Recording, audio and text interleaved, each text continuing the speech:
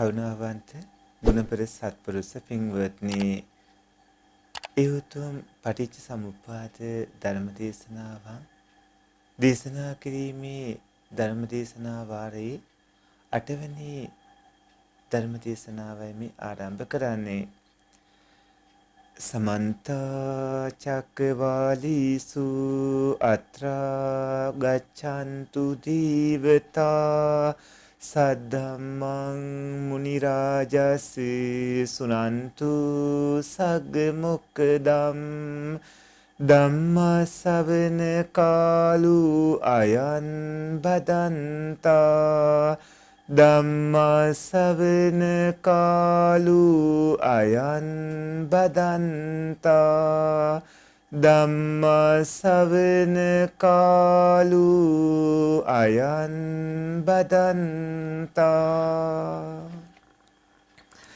නමෝ තස් භගවතු අරහතු සම්මා සම්බුද්දස්ස නමෝ තස් භගවතු අරහතු සම්මා සම්බුද්දස්ස නමෝ තස් භගවතු අරහතු සම්මා සම්බුද්දස්ස.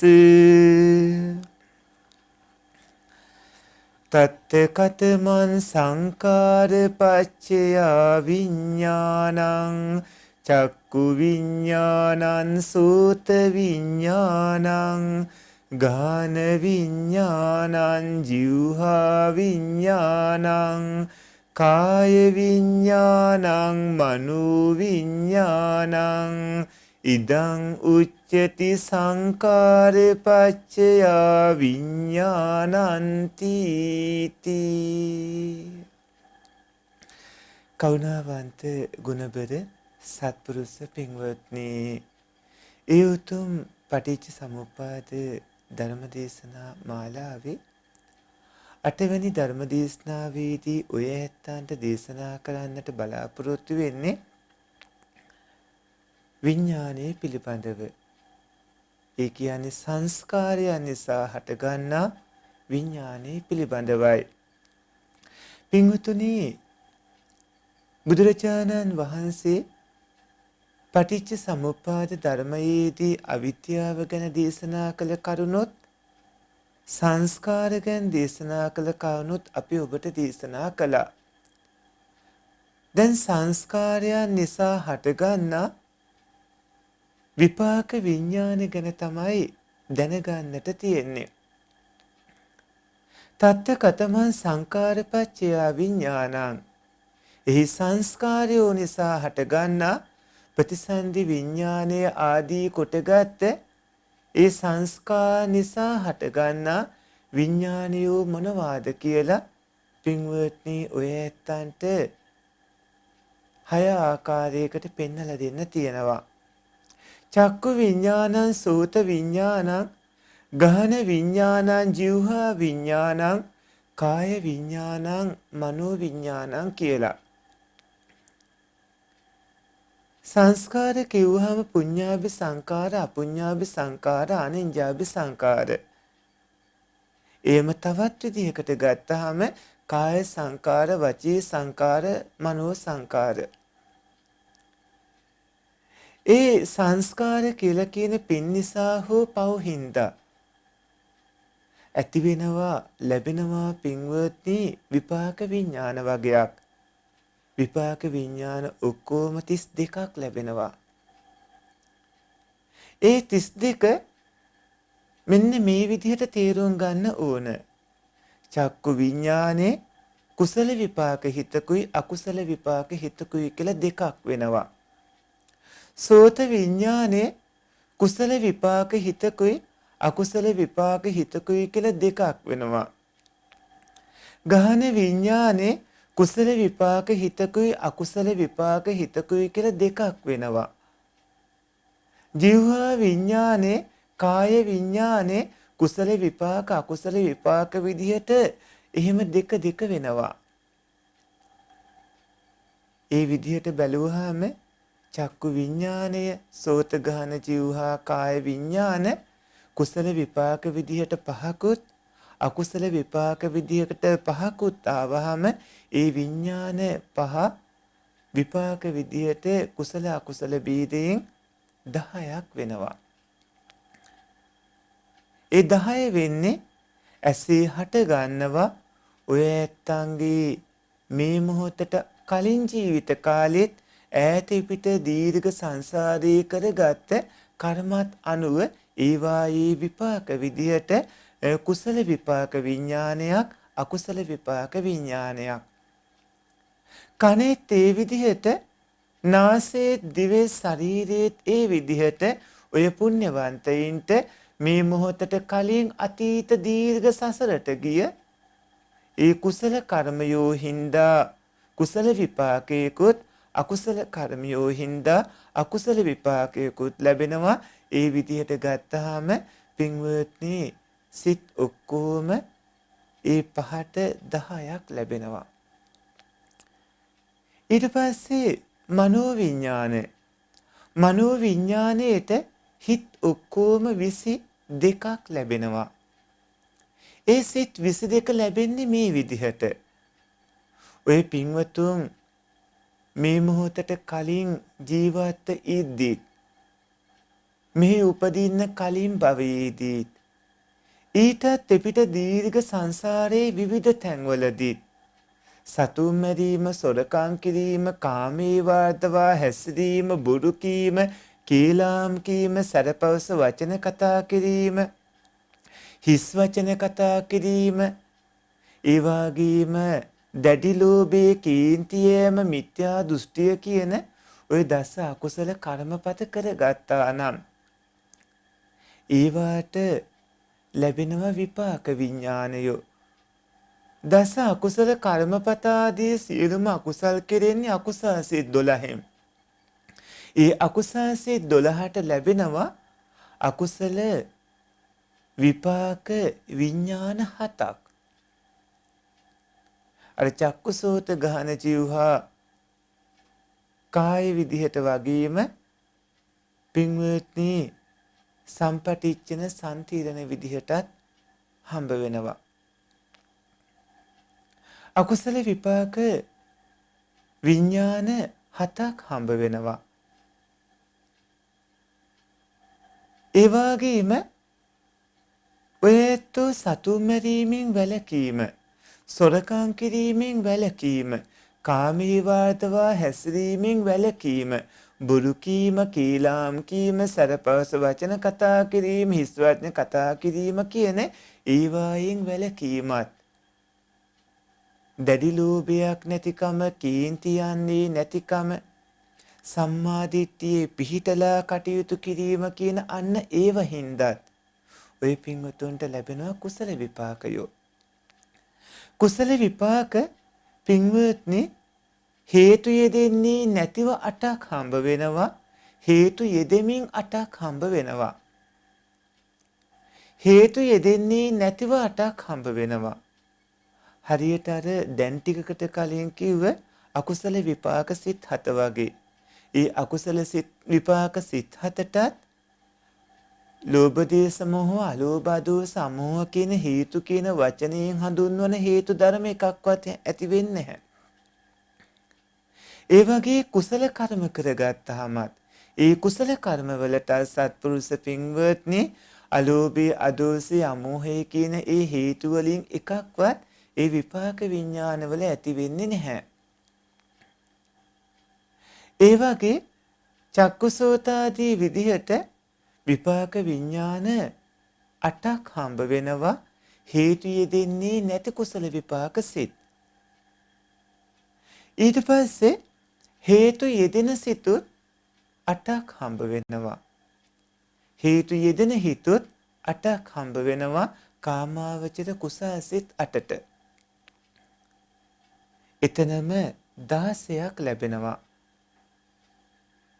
එතකොට සත්පුරුෂ පින්වත්නි අකුසල විපාක විදිහට සිත් 7ක් හම්බ වෙනවා.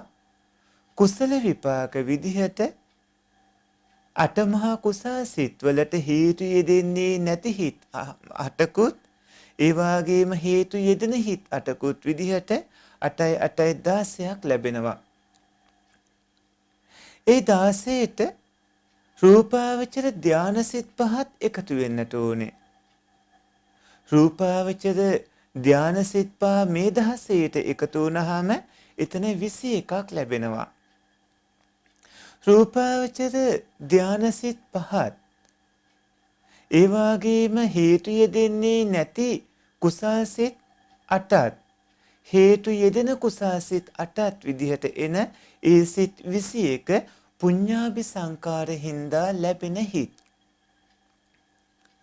ඒ කියන්නේ ඔය ඇත්තෝ මංගල සූත්‍රයේ ව්‍යග්ගපච්ච වැනි සූත්‍ර දේශනා අනුව ජීවත් වෙනකොට ඇතිවන කුසල්සිත වලටත් ඔය ඇත්තෝ සතුන් මැරීමෙන් වැළකීම, සොරකම් කිරීමෙන් වැළකීම, කාමයේ වර්ධවා හැසිරීමෙන් වැළකීම, කීලාම් කීමෙන් වැළකීම, සරපවස වචන කතා කිරීමෙන් වැළකීම, හිස් වචන කතා කිරීමෙන් වැළකීම, දැඩි ලෝභයේ කීර්තියම, මිත්‍යා දෘෂ්ටිය කියන ඕවගෙන් වැළකීලා ඔබ යහපත් කටයුතු කළාම ඒවාට ලැබෙනවා මේ ජීවිත කාලෙත් අනාගත නිවන් දකින අවසන් මොහොත දක්වාමත් හේතු යෙදෙන්නේ නැති සිත් 8කුත් හේතු යෙදෙන සිත් 8කුත් විදිහට කුසල් සිත් අටමහා කුසල් සිත් වලට 16කුත් ඒ වගේම ධාන උපදවා ගත්තාම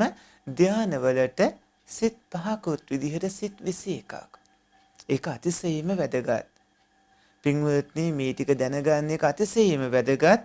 මොකද ditta ධම්ම වේදනීය උපපච්ච වේදනීය අපරාපරිය වේදනීය විදියට කර්ම විපාක ගැන බලද්දී ඔබට මෙහි වැදගත්කම හොඳටම පෙනේවි. මොකද පින් නිසා ලැබෙන විඥානයෝ ගැන දැනගන්නට ඕනේ.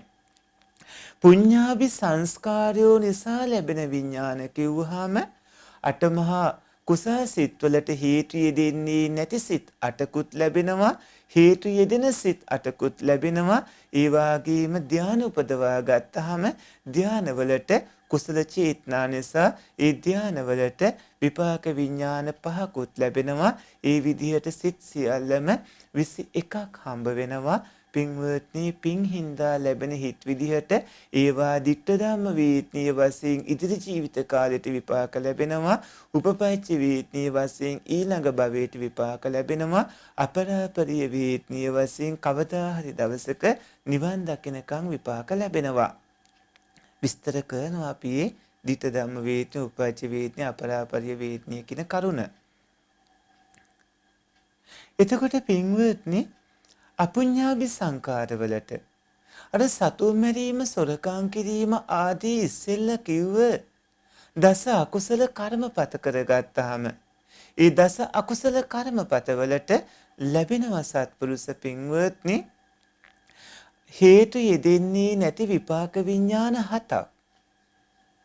හේතු යෙදෙන්නේ නැති විපාක විඥාන 7ක් හම්බෙනවා කියලා කියන්නේ අතන 21යි මේ 7යි එකතු වුණාම ඔක්කොම සිත් 28ක් ලැබෙනවා. දැන් පුඤ්ඤාභි සංකාර නිසා ලැබෙන හිත් 21ක් අපුඤ්ඤාභි සංකාර නිසා ලැබෙන හිත් පින්වත්නි 7 ගැනත් කියලා හිත් 28ක් ගැන ඔබට පෙන්නලා දුන්නා. ඊළඟට තියෙන්නේ ආනින්ජාභි සංකාර වලට ලැබෙන විපාක විඥාන ගැන කියන්නේ. ආනින්ජාභි සංකාර ඒ කියන්නේ රූපාවචර මට්ටම ඉක්මවා ගිය අරූපාවචර ධාන මට්ටමට දියුණු වුණු පින්වතුන්ගේ චිත්තසංතතියේ පවතිනා වූ විපාක විඥානයෝ. ආනින්ජාභි සංකාර නැත්තම් ආකාසානං ඡායතන විඥානං ඡායතන ආකින්චඤ්ඤායතන නේව සංඥානා සංඥායතනේ කියන මේ අරූපාවචර ධාන උපදවාගත් පින්වතුන්ට ඒ අරූපාවචර විපාක විඥාන 4ක් ලැබෙනවා. ඒ ලැබෙන අරූපාවචර විපාක විඥාන 4 පින්වත්නි ආකාසානං ඡායතනේ විඥානං ඡායතනේ ආකින්චඤ්ඤායතනේ නේව සංඥාන සංඥායතනේ කියන විපාක විඥාන හතරයි. එතකොට අර කුසල විපාක විදිහට විඥාන 21යි, අකුසල විපාක විදිහට විඥාන 7යි. ඒ ඊතන 28ක් ආවා. ඒ 28ට මේ ආනින්ජාභි සංකාර විදිහට විපාක විඥාන 4ක් එකතු වුනහම සියලුම විපාක විඥාන ප්‍රමාණය 32ක් වෙනවා. සියලුම විපාක විඥානයෝ සිත් දෙකක් වෙනවා. සංකාරපච්චය විඥානං කියන තැනේදී ওই පින්වතුන්ට ওই විදිහට විපාක විඥාන 32ක්ම ලැබෙනවා. සත්පුරුෂ පින්වත්නි, හිතගෙනත් දැන් හොඳටම තේරුම් ගන්න වෙනවා. විපාක විඥාන 32 ක්‍රියාකාරීත්වයේ තේරුම් ගන්න පුළුවන්කම ලැබෙන්නේ හිතගෙන තේරුම් ගත්තාම. මෙතන චුතිපටිසන්ධිදී වගේම පින්වත්නි ජීවත් ඉන්නකොටත් ඒ වගේම ඊළඟ භවයටත් ඒ වගේම අනාගත සංසාරේ සැරිසහනකම්මත් ඔය පින්වතුන්ගේ නාම රූප ප්‍රතිසන්ධි විදිහටත් ප්‍රවෘත්ති විපාක විදිහටත් හටගන්වන කවුණුවලදී මේ හිත කියන කාරණා විශේෂයෙන් දැනගෙන ඉන්න ඕන හොඳටම. පින්වත්නි සිත කියලා කියන්නේ ආරම්මන විචාන ලක්කනං චිත්තං. අරමුණු දැනීමේ ස්වභාවය තමයි හිත කියලා කියන්නේ. සිතත් හිතේ යෙදෙන වේදනා සංඥා සංකාර කියන නාම ධර්මත් ඒ වගේම රූප ධර්මත් ගැන වෙන වෙනම තීරුම් අරගෙන දැන ඉගෙනගෙන අවබෝධ කරගෙන ඉන්න පින්වතුන්ට පංච උපාදානස්කන්ධය ගැන හොඳින් තීරුම් ගන්න පුළුවන්. තීරුම් ගත උදවිය නුවණින් විමසා බලා එහි ක්‍රියාකාරීත්වය අවබෝධ කර ගන්නට ඕන. බෝධිපාශික ධර්මයෝ තමන් තුළ වැඩෙන ආකාරයට. බෝධිපාශික ධර්මයෝ තමන් තුළ වැඩෙන ආකාරයට ඒ පින්වතුන් තමන්ව තියුණු තත්ත්වයට පත් කර ගන්නට වග බලා ගන්නට ඕන. කරුණාවන්ත ගුණබර සත්පුරුෂ පින්වත්නි, විපාක විඥාන 32ක් ගැන කියද්දී අභිධර්මයේ සිත් 89ක් විස්තර වශයෙන් 121ක් ගැන කියද්දී ඔය සියලුම සිත් වලින් මරුණට පස්සේ ඊළඟ භවය හටගන්වන විදිහට ඇති වෙන්නේ හිත් 19ක් විතරයි. අසඤ්ඤ සතේ සිත් නැහැ.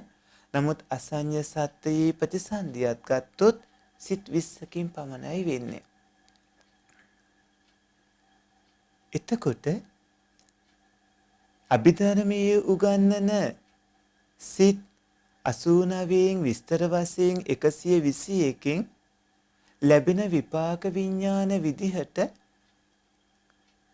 පින්වත්නි අපුඤ්ඤාභි සංකාර 7යි පුඤ්ඤාභි සංකාර 21යි ආනින්ජාභි සංකාර 4යි ගත්තහම එයින් 19කට පුළුවන්කම ලැබෙනවා ප්‍රතිසන්දිය ඇති කරන්න.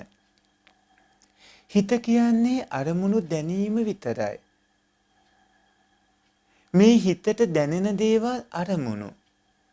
හිතක් බලවත් කිරීම හෝ දුර්වල කිරීම වෙන්නේ හිතක යෙදෙන චෛතසික ධර්ම අනුව. ඒ කියන්නේ හිතේ යෙදෙන ගති අනුව.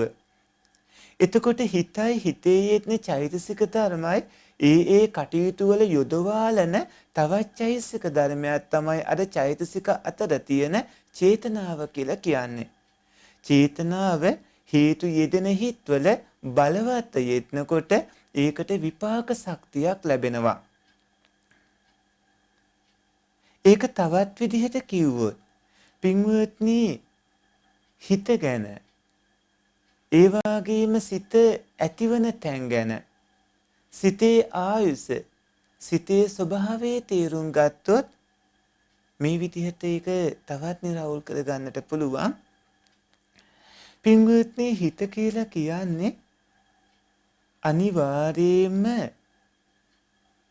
චක්කු වස්තුව හෝ සෝත වස්තුව හෝ ගාන වස්තුව හෝ ජීවහා වස්තුව හෝ කාය වස්තුව හෝ හෘද වස්තු රූපය හෝ ඇසුරු කරගෙනම ඇති වෙන්න ඕන එකක්. අරූපාවචර තැන්වලදී ඒ තත්ත්වය වෙනස් වෙනවා. අසඤ්ඤ සත්‍යයේ සිත් නැහැ. වස්තු රූපයක් ඇසුරේ තමයි හිත ඇති වෙන්න ඕන. මේ සිත ඇති වෙනවා නම් වස්තු රූපය කියන රූපයත් ඕන වෙනවා. මේ ලෝකේ තියෙන ඕනම දෙයක් තවත් තත්ත්වයට වෙනස් කරගන්න පුළුවන් හින්දා අසඤ්ඤ සත්ත්ව සත්වයින්ගේ අරූපාවචර සත්වයින්ගේ කතාව ගැන කතා කරද්දී ඒකේ ධානාදී ස්වභාවය ගැන විස්තර කරන්න වෙනවා. ඒක වෙනම කියන්න ඕන කරුණක්. පින්වත්නි පංච උපාදානස්කන්ධයෙන් තොරව සත්‍යයේ පුද්ගලයේ ආත්මයක් කියලා දෙයක් පනවන්න පුළුවන් කමක් නැහැ. එතකොට සිත ඇති වෙන්න වස්තු රූපයක් ඕන වෙනවා.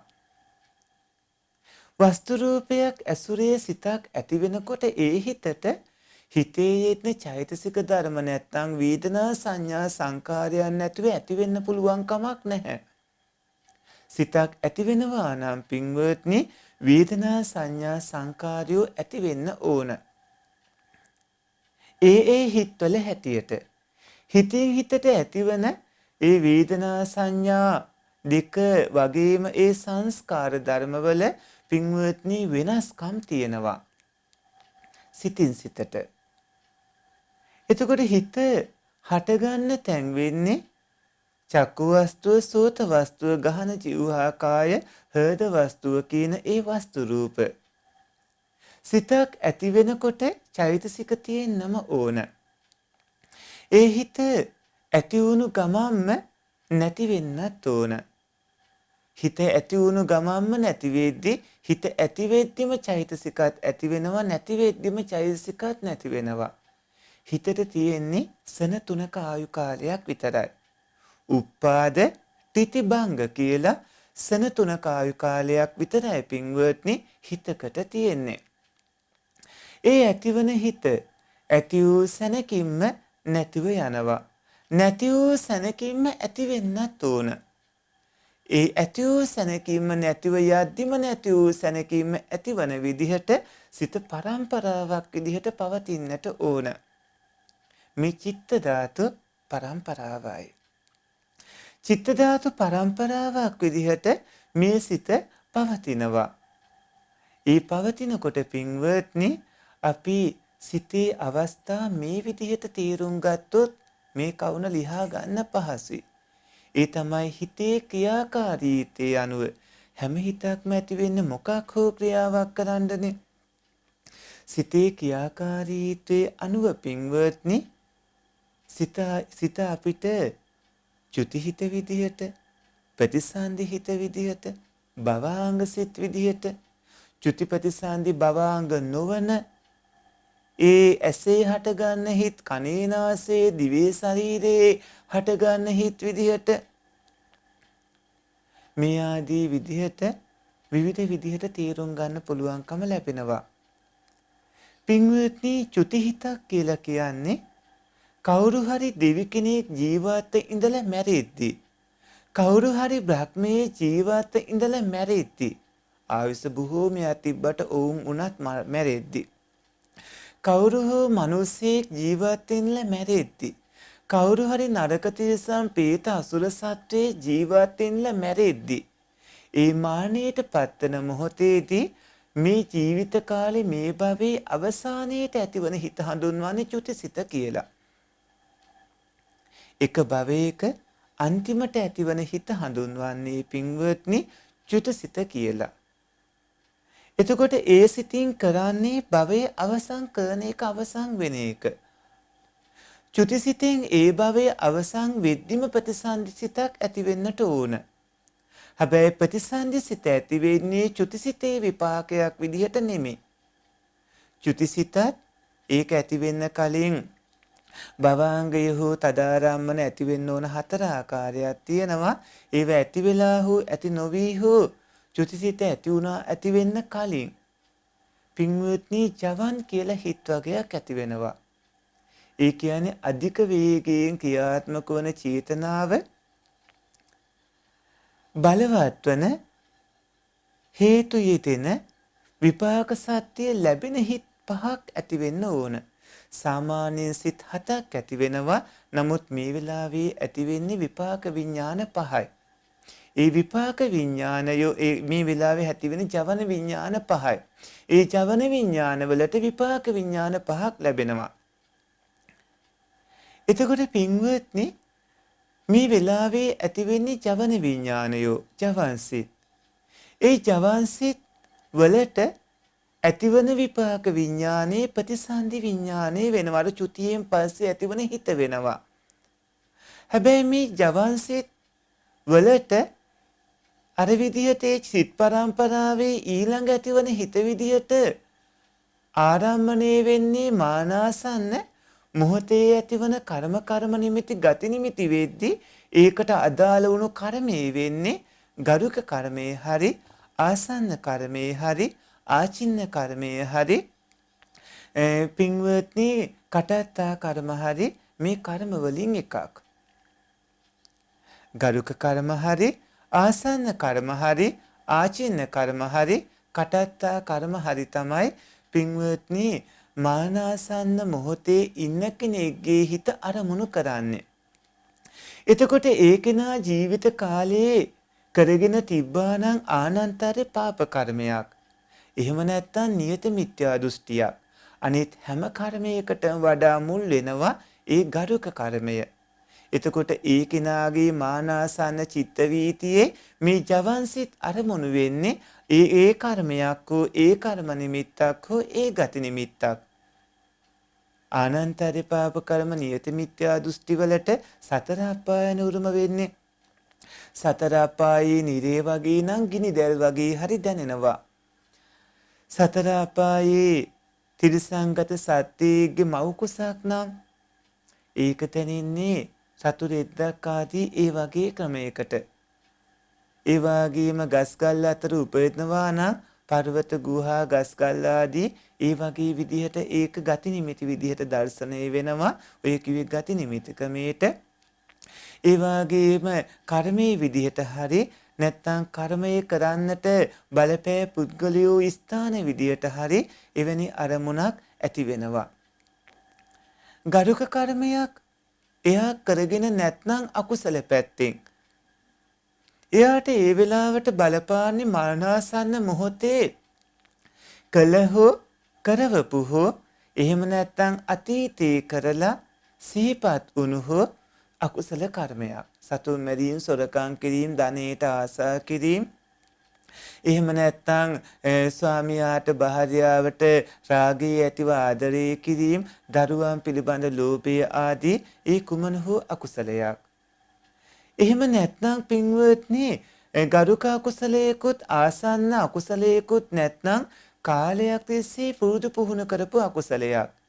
ඒ කියන්නේ ජීවිත කාලයේ නිතරම කේන්ති ගනිමින් නිතරම දකින රූපات එක්ක රාගය ඇති කර ගනිමින් ඉරිසියා මාන ආදී ඇති කර ගනිමින් ඇති වුණු ඒ වගේ යම්කිසි ආචින්න අකුසල කර්මයක්.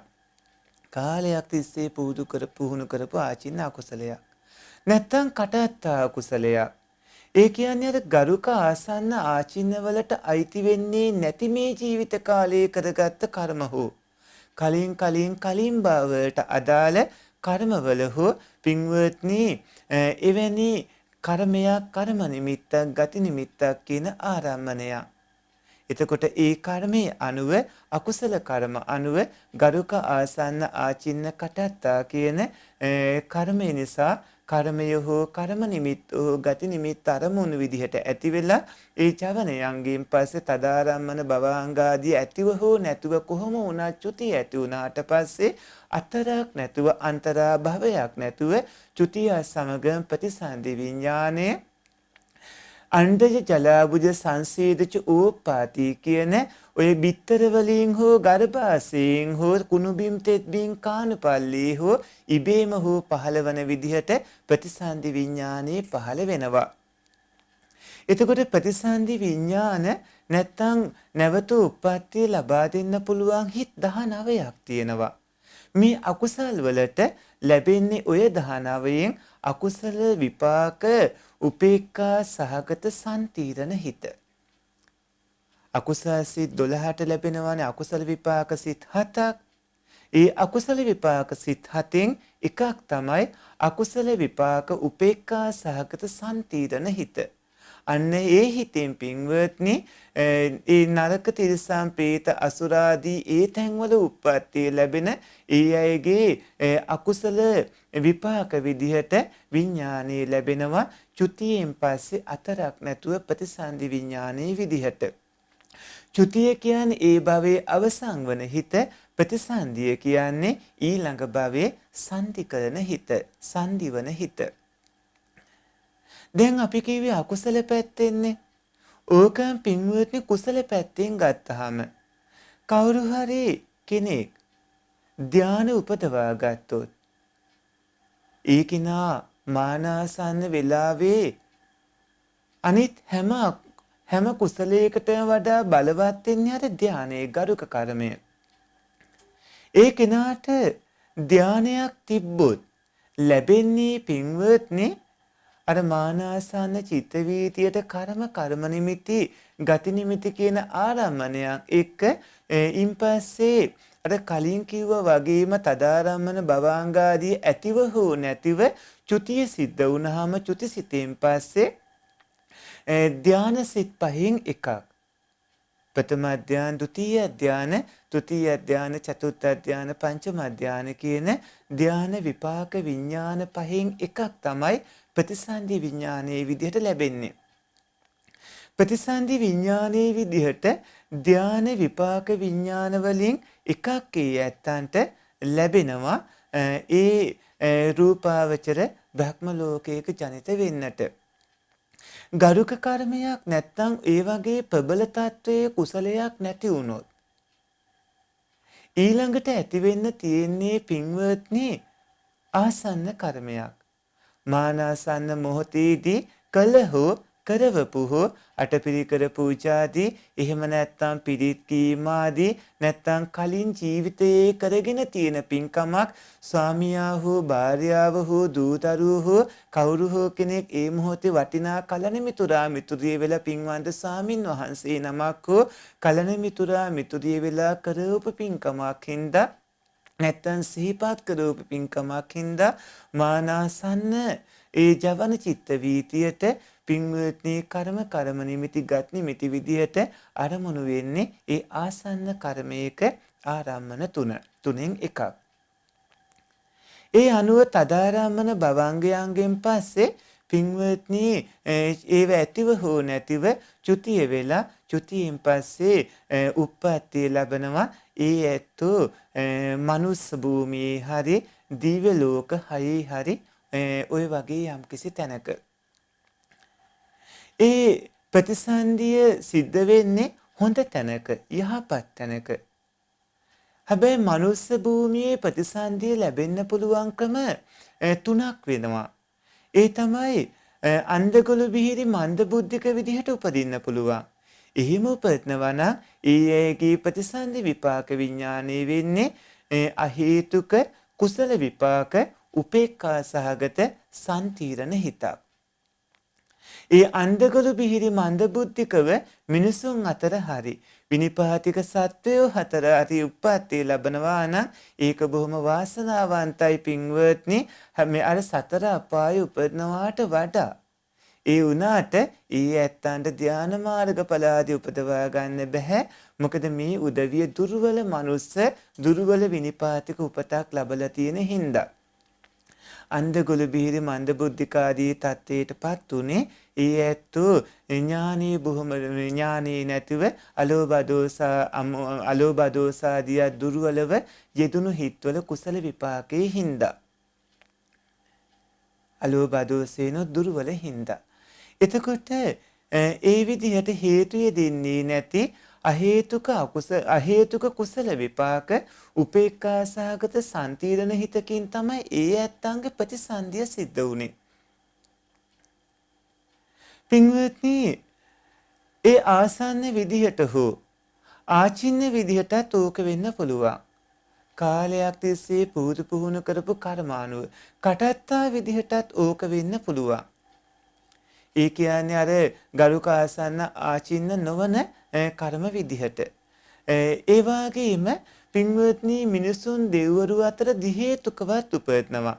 දිහේතුක උපදිනකොට ආසන්න කර්ම විදිහට මානාසන්න මොහොතේ කලහෝ කරවපු කර්මයක් එහෙම නැත්නම් ආචින්න කර්ම විදිහට කාලයක් තිස්සේ පුරුදු පුහුණු කරපු කර්මයක් එහෙම නැත්නම් කටත්තා කර්මයක් විදිහට ගරුක ආසන්න ආචින්න වලට අයිති නොවන මේ ජීවිතයේ හෝ අතීත භවවල කරගත් කර්මයක් පින්වත්නි මතුවෙන්න පුළුවන්.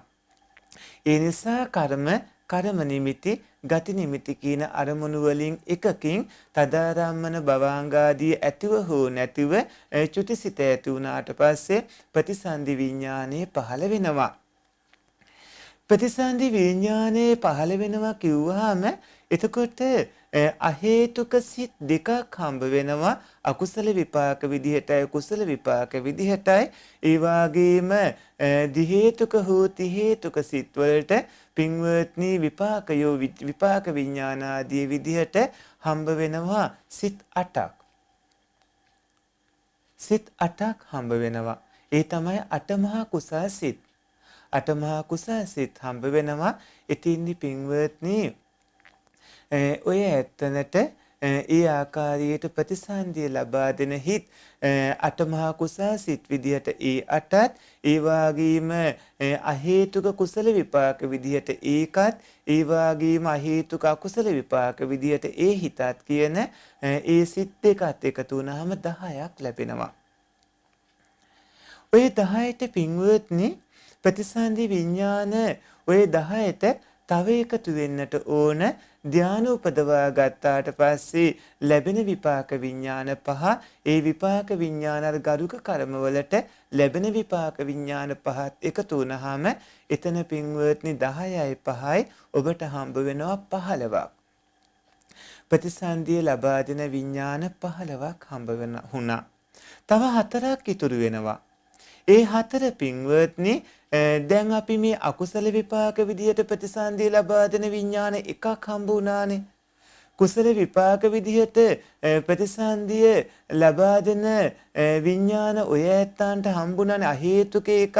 ඒ වගේම පින්වත්නි ඔය ඇත්තන්ට අටමහා කුසල් විදියටත් රූපාවචර ධාන හිත් විදියටත් ඒ විදිහට ඔය පින්වතුන්ට ඒ ලැබුණු රූපාවචර පහත් ඒ වගේම අර අටත් ඒ වගේම අර අහේතුක හිතත් ගත්තාම එතන ඔක්කොම සිත් හම්බ වෙන්නට ඕන පින්වත්නි 8යි 1යි 5යි විදිහට 14ක්. ඒ ලැබෙන 14ට පින්වත්නි අකුසල විපාක හිතත් එකතු වුණාට පස්සේ 15ක් වෙනවා. තව ලැබෙන්න ඕන සිත් 4ක්. ඒ තමයි ප්‍රතිසන්දි විඥානයේ විදිහට අරූපාවචර ධාන වල විපාක හිත්. ඒව තමයි ආනින්ජාභි සංකාරයෝ වෙන්නේ. ආනින්ජාභි සංකාර කියලා කිව්වහම ආකාසානංච ආයතනයේට විඥානංච ආයතනයේට ආකින්චඤ්ඤායතනයේට නේව සංඥා නාසඤ්ඤායතනයේට ලැබෙනවා විපාක විඥාන 4ක් සියලුම විපාක විඥාන ප්‍රමාණය 19යි. එතකොට සියලුම ප්‍රතිසන්දිය ලබා දෙන්න පුළුවන් විපාක විඥාන ලැබෙනවා සියලු සත්වයින්ට 19ක්. ඒ 19න් අකුසල විපාක එකක් තියෙනවා. අටමහා කුසල සිත්වලට ලැබෙන විපාක විඥාන අහේතුක හිතත් එක්ක ගත්තාම 9ක් හම්බ වෙනවා. අහේතුක කුසල විපාක හිතත් එක්ක ගත්තාම ඒ වාගේම පින්වත්නි රූපාවචර ධාන හිත්වලට 5ක් හම්බ වෙනවා. අරූපාවචර ධාන හිත්වලට 4ක් හම්බ වෙනවා. ඒ විදියට ප්‍රතිසන්දිය ලබා දෙන්න පුළුවන් හිත් හම්බ වෙනවා 19ක්. චුතිය කියලා කියන්නේ ඒ භවයක අවසානයේට ඇතිවන හිත. එක භවයක අන්තිමට ඇතිවන භවයේ අවසානයේ ඇති කරන හිත. සියලුම සත්වයින්ගේ චුති චවනතා බේදෝ අන්තරදානම් මච්චු මරණං කාලකිරියා කන්දානම් බේදෝ කලේබරස්ස නික්කේපු විදිහට ගත්තාම මරණය එහෙම සඳහන් වෙනවා. ඒ කියන්නේ චුතියේ චුතවන බව බේදෝ එතකොට ස්කන්ධයන්ගේ බිඳීම මච්චු මරණය කලුරිය කිරීම මේ ආදී විදිහට පින්වත්නි යම් ආකාරයකට සිද්ධ වන සම්මුති මරණය තමයි මරණය කියලා කියන්නේ. එතකොට අවසානයේට ඇති වෙන්නේ චුතිය. සාමාන්‍යයෙන් ලෝකයා හෘද ස්පන්දනයේ නතර වීම මරණයයි කිව්වහට ඒක එහෙම නෙමෙයි. ධර්මානුකූලව තේරුම් ගන්න ඕන. ආයුස්මාච විඥානං යදා කායා ජහන්තිමං අපවිද්දෝ තදාසේති පරබත්තං අචේතනං කියලා ආයුසයි උස්නයයි විඥානයයි තුනම ශරීරයේ අත්හැල යෑම තමයි මරණය නැත්නම් චුතිය කියලා කියන්නේ. එතකොට ඒ තමයි චුතිය. ඊට පස්සේ චුතියත් එක්කම අතරක් නැතුව ප්‍රතිසන්දි විඥානයේ පහළ වෙන්න ඕන අන්තරාභවයක් නැහැ. අන්තරාභවයක් කිසිසේත්ම නැහැ. නාම රූප ධර්මයෝ හටගන්න පත්‍ය ධර්මයන් ඕන වෙනවා.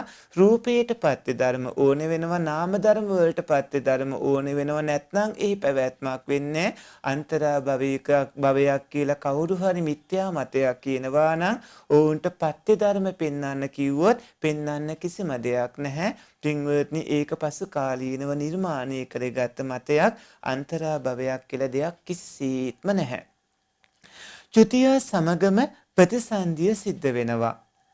එතකොට සිත ගැන කතා කරද්දී හිතේ එක භවයක අන්තිමට ඇතිවන සිතේ ස්වභාවය තමයි ඒ භවයේ අවසන් වන හිත වීම. එතකොට ඒක චුතිසිත. ඊළඟ භවයේ සංදි කරන හිත ප්‍රතිසන්දි හිත. එතකොට ප්‍රතිසන්දි සිත් 19ක් හම්බ වෙනවා. සංකාරපච්චය විඥානං කියන තැනේදී පුඤ්ඤාභි සංකාරවලට හම්බ වෙනවා 16ක්. අපුඤ්ඤාභි සංකාරවලට හම්බ වෙනවා පින්වත්නි පුඤ්ඤාභි සංකාරවල රූපාවචර සිත්වලට ලැබෙන මේ විපාක විඥානත් එක්ක 21ක්ම ගන්න වෙනවා. අපුඤ්ඤාභි සංකාරවලට හම්බ වෙනවා 7ක්.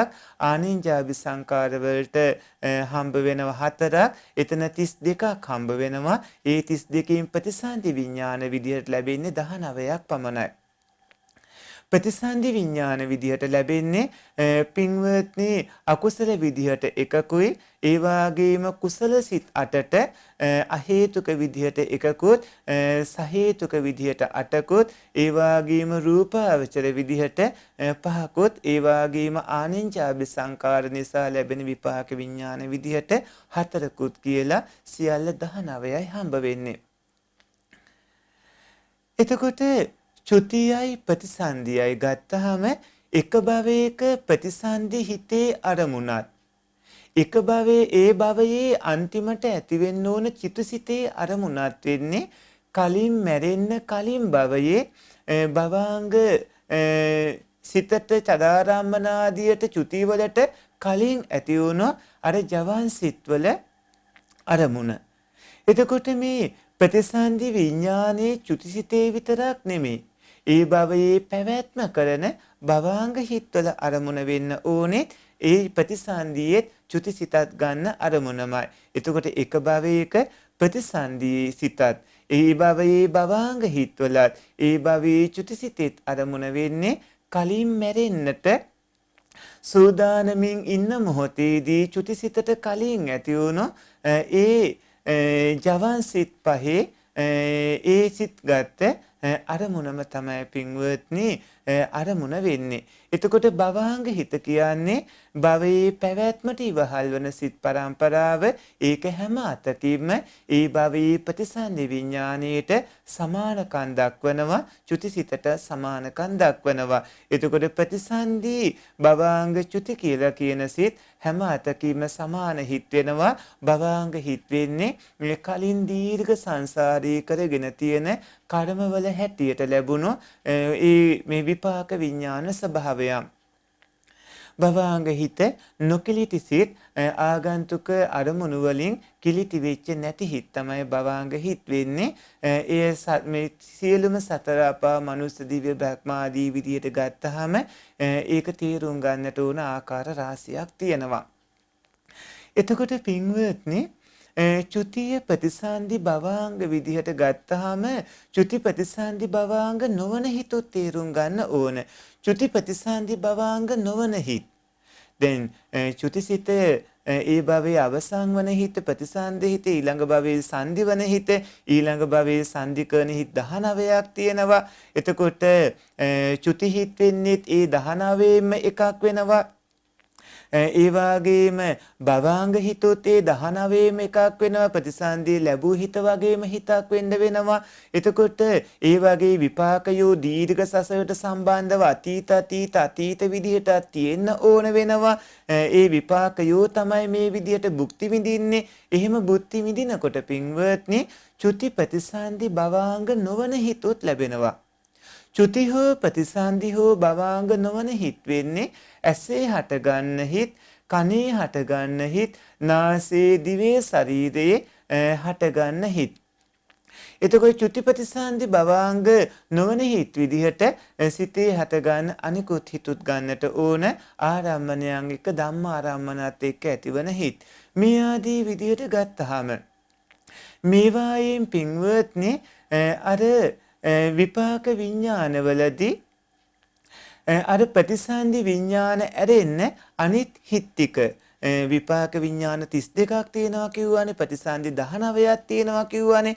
ප්‍රතිසන්දි 19 නොවන අනිත් හිතුත් මෙතෙන්ට ඇතුළත් කරගන්නට ඕන විපාක විඥාන කිව්වහම පින් විදිහට පව් විදිහට ඒ වගේම ආනෙන්ජාබි සංකාරයෝ විදිහට පුඤ්ඤාභි සංකාර විදියට අපුඤ්ඤාභි සංකාර විදියට ආනෙන්ජාභි සංකාර විදියට තවත් විදිහකට ගත්තාම ඒක කාය සංකාර විදියට වචී සංකාර විදියට මනෝ සංකාර විදියට ගත්තාම ඔය ආකාරයට චුති ප්‍රතිසන්දි වගේම චුති ප්‍රතිසන්දි භවාංග නොවන හිතුත් ඔය ආකාරයට තේරුම් ගන්නට ඕන. එතකොට සත්පුරුෂ පින්වත්නි ඔය ඇත්තෝ දැන් ජීවත් ඉද්දී ඔබ උදෑසන පටන් රාත්‍රිය දක්වා සිදු කරන කාය කර්ම, වචී කර්ම, මනෝ කර්ම වලට විපාකයෝ ලැබෙනවා.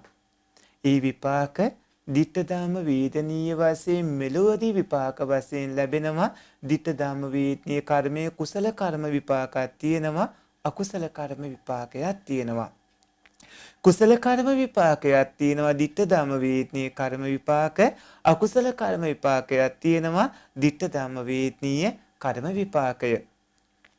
ඒ වගේම ඔය ඇත්තන්ට දැන් මේ ජීවත් ඉද්දී උදේ ඉඳන් රාත්‍රිය දක්වා කරන කාය කර්ම, වචී කර්ම, මනෝ කර්ම වලින් ඊළඟ භවයටත් විපාකය තියෙනවා. උපපච්ච වේදනීය විපාකය. ඊළඟ භවයටත් විපාක තියෙනවා. උපපච්ච වේදනීය විපාකය. ඔය ඇත්තෝ උදේ ඉඳන් රාත්‍රිය දක්වා කරගන්න කර්ම වලින් ඔය ඇත්තන්ට මේ භවයයි ඊළඟ භවයයි ඇරුණහම තුන්වෙනි භවයේ ඉඳන් කවදා දවසක රහත් වෙලා රහතන් වහන්සේගේ අනුපාදිශේෂ පරිනිර්වාණය දක්වාම විපාක විදියට ලැබෙන කර්මයක් තියෙනවා.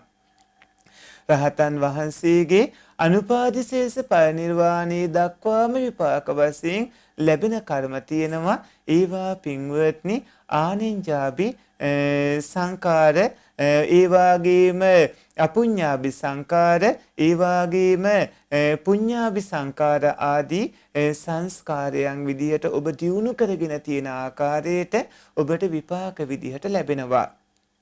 ඔබ කරගත්තේ පුඤ්ඤාභි සංකාරද, අපුඤ්ඤාභි සංකාරද, ආනෙන්ජාභි සංකාරද, ඒවා ditta ධම්ම වේදනීය වශයෙන්ොත්, උපපච්ච වේදනීය වශයෙන්ොත්, අපරාපරිය වේදනීය වශයෙන්ොත් ඔබට ලැබෙනවා. ඒ කියන්නේ ඔබ රැස් කරගන්න කාය කර්ම වලින් ඔබට ගැලවිල්ලක් නැහැ. ඔබ රැස් කරගන්න වචී කර්ම වලින් ඔබට ගැලවිල්ලක් නැහැ. ඔබ රැස් කරගන්න මනෝ කර්ම වලිනොත් ඔය ඇත්තන්ට ගැලවිල්ලක් නැහැ.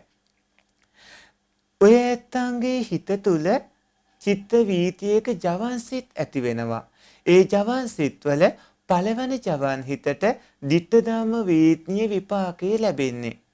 ඒකට හේතුව තමයි ඒ ජවන් සිත ඇති වෙන්නේ පින්වත්නි අලුත් අරමුණක් එක්ක හින්දා අනිත් ඇතිවෙන ජවන් හිත් වලට වඩා දුර්වලයි මෙලොවට පමණයි විපාක දෙන්නේ විපාක දෙන්න අවස්ථාව ලැබුණොත් විපාක දෙනවා නොලැබුණොත් අහෝස් වෙලා යනවා නිරෝධ සමාපatti වගේ සමාදන් වූ උතුමෙත් කරන පූජාදී විපාක ඊට ඉහළින්ම කල නොයවා ඉක්මනටම ඉතිම වගේ ලැබෙනවා ඒ දාන ආදී උතුම් පූජා පුණ්‍ය කර්මයෝ එතකොට ditta ධම්ම වේත්නීය වශයෙන් විපාක දෙන්න අවස්ථාව නොලැබුණොත් ඒක අහෝස් වෙලා යනවා. ඊළඟට අපරාපරිය වේත්නීය විදිහට පින් උපපච්ච වේත්නීය විදිහට එන්නේ හත්වෙනි ජවන් හිතට ලැබෙන විපාකයෝ. ඒවා ඊළඟ භවයේ ප්‍රතිසන්දි හෝ ප්‍රවෘත්ති විපාක ලබා දෙනවා. ප්‍රවෘත්ති විපාක හෝ ප්‍රතිසන්දි විපාක ලබා දෙන්නට අවස්ථාව නොලැබුණොත් ඒවා අහෝසි වෙලා යනවා. අපරාපරිය වේත්නීය කර්ම වෙන්නේ පළවෙනි ජවන් හිතයි හත්වෙනි ජවන් හිතයි අතරමැද තියෙන ජවන් සිත් පහට ලැබෙන විපාකයෝ. ඒ විපාක වලින් පළවෙනි එක දෙවෙනි එක තුන්වෙනි එක හතර පහ හය ආදී විදිහට ගත්තාම පළවෙනි ජවනයේට වඩා දෙවෙනි ජවනයේ බලවත් ඊට වඩා තුන්වෙනි ජවනයේ බලවත් ආදී විදිහට හතරවෙනි එක ඊට වඩා බලවත් අහපව පහ දුර්වලයි හය දුර්වලයි ආදී විදිහට එහෙම විපාක ලැබෙන්නේ.